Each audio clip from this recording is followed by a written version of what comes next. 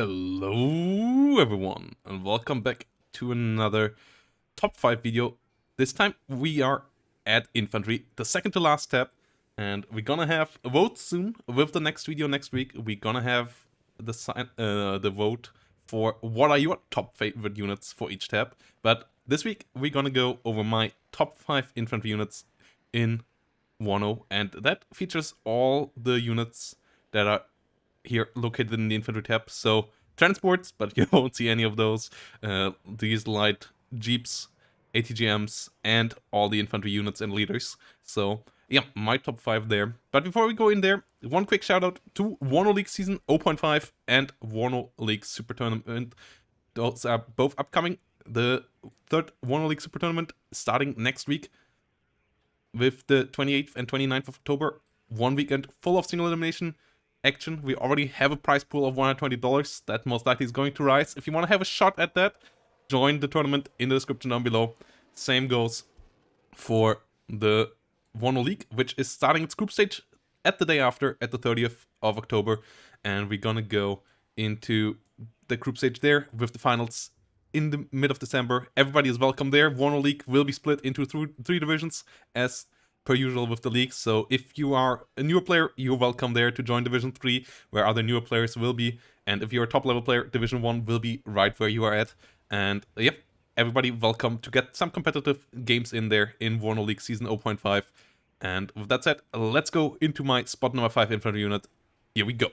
And spot number 5 goes to a Soviet unit, the Spetsnaz, the special forces of the Red Army, used for special operations that need to be done by the best of the best. And yeah, created in the late 50s with the first one being the Spetsnaz GRU, which we saw already in the Recon tab, best top 5 there. The Spetsnaz here are more normal regular army forces, and they are here to stand their ground and fight well.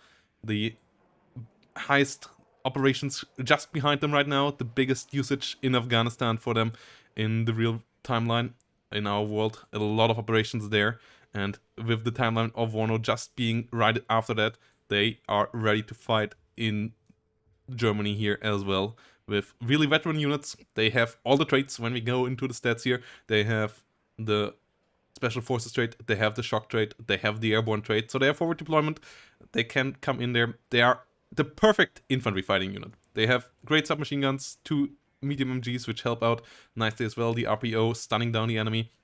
They have insane damage output thanks to the special forces combined with 12 men. They are beefy, they often survive combat, so you can bring them back up to strength and use them again. And the reason why they are on number 5 though, is that they don't have any anti-tank or any anti-air, so they can't defend themselves against a single enemy vehicle. That really is their one major weakness. If a vehicle comes up to them, they need their Spetsnaz OP next to them, which most decks that get Spetsnaz get as well, so you can use them in combination, but on their own they have a bit of a weakness there. That's why they're number 5 and not higher. But as an infantry fighting vehicle unit, they are insanely good. They really do fantastic there, and that's a really well-deserved spot number 5 here for the Spetsnaz with their Adidas. And yeah, with that, let's move on to spot number 4. And spot number 4 goes to a unit from my favorite formation in WARNO, the Berlin Command. Berlin Light Rifles, part of the US Berlin Brigade, 1/3 of the forces to protect Berlin next to the British and the French units deployed there, with the Germans not being allowed to have any forces within Berlin, so only police forces being allowed there, which we also see represented with the SAK in Berlin. But the Berlin Light Rifles here being really solid units, great all-around force. They have not the best equipment because they're not supposed to hold out for forever. They can't get any reinforcement into Berlin, being behind the enemy front lines. They're just supposed to occupy enemy units for as long as possible until more reinforcements can be sent over. And that is represented by them having M67s, not the most modern weapon system, but a pretty good all-around weapon system. Recoilless rifle giving them 13 penetration against light armored vehicles, really helpful there, dealing damage to anything, as it is a heat round as well. It does deal damage to any kind of vehicle it hits. At least 1 damage, even against the heaviest of armored, making them in numbers really nice to just ping enemy armored units, dealing some damage, dealing some stress. But it also can hit enemy infantry, and that is the real nice all-around force of it, as at 1400 meter it outranges all other infantry units and can start dealing HE damage to them, can start applying stress to them, which then means once the other weapons open fire, the enemy is already a bit less efficient because they're already a bit stressed out, and then these weapons come in quite nice. 2 MGs make them pretty decent fire, damage dealers as well, and 60 points is a nice middle in between price point wise, and that makes these a really good all-around unit. Can deal with enemy vehicles, help out there, and can deal with infantry really nicely as well, thanks to the extra DPS of the RCL here. The M67, really helpful and making these a fantastic little unit. And yeah, that's why they are on spot number 4. Let's move on to spot number 3 here. With that one being the TOW2 anti-tank weapons team. One of the best ATGMs of the late 80s. The TOW2 coming in here. Will be even bested by the TOW2A, another level up of this weapon, which first got developed in the 1960s and 70s, seeing first use in Vietnam, but this TOW2 being another level up of that original system with a better warhead, a better guidance system, being efficiently used all around the world in a lot of combat up to the modern day, and it is fantastic in-game as well. One of the deadliest for sure. 25 penetration makes it one hit a lot of targets out there and deal damage against even the heaviest of tanks in a good number. Its range is decent as well and has the best accuracy of all ground-based ATGM systems, as it has a fantastic guidance system as well. And another advantage it has over other TOW2 ATGM teams is that the TOW teams have a strength of 3. And that is actually a big difference to a lot of the others, as that means that they can survive an artillery hit from time to time, they can survive 1 or 2 tank shells more, depending on which cover they are in, and that often means the difference between getting another missile onto the enemy tank or dying. And that makes the TOW2s really, really strong units to use on the battlefield. They are obviously also pricier than other ATGM teams, but they are well worth it, making any kind of armored push towards them really a risky move, and that's why they are here on spot number 3 as a representative of ATGM teams, and by far the best here, the TOW2 team. Let's move on to spot number 2. And spot number 2 goes to the Fallschirmjäger Medis, representatives of the Luftsturmregiment 40, the only East German airborne formation. And these guys are fantastic units. East German Special Forces, supposed to be used behind enemy lines since the late 80s, also in bigger formations. That's where they also got the Medis for this unit in particular. And they were supposed to get in there and distract the enemy rear areas within the war and lead to conquest of the enemy rear area to allow the other forces to achieve breakthroughs. And they are really well designed for this in-game as well, as they have the special forces, they have the shock trait, and they have the airborne trait.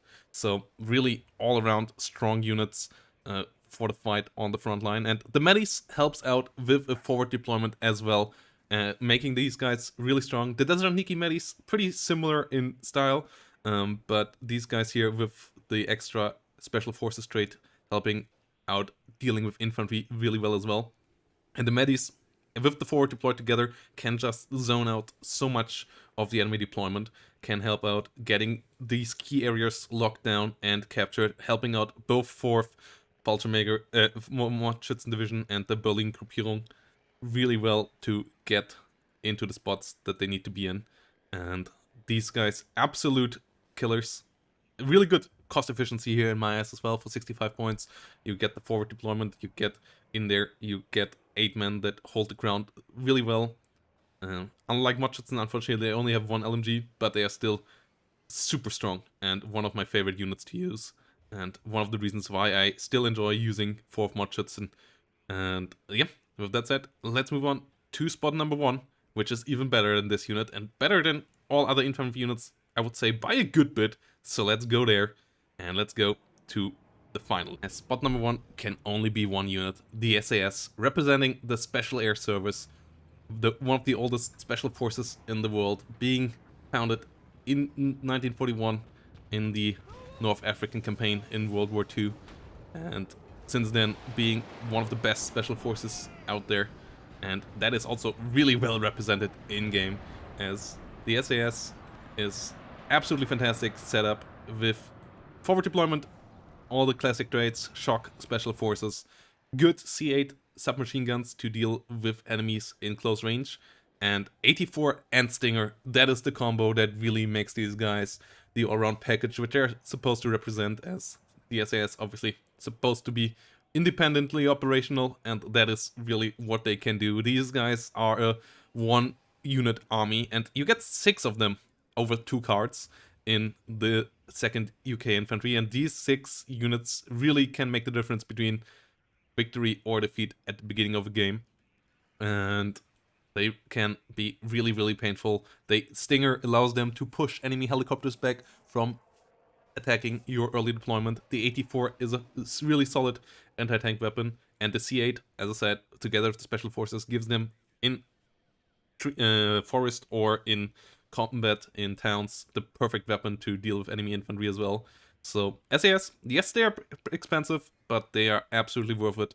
The one-man or one-unit army here, SAS, absolute insane how strong these guys are. Absolutely enjoying to use them as well, and I hope you guys do as well, as these are just the best. One of the reasons why 2nd UK at the moment is one of the top tier divisions as well.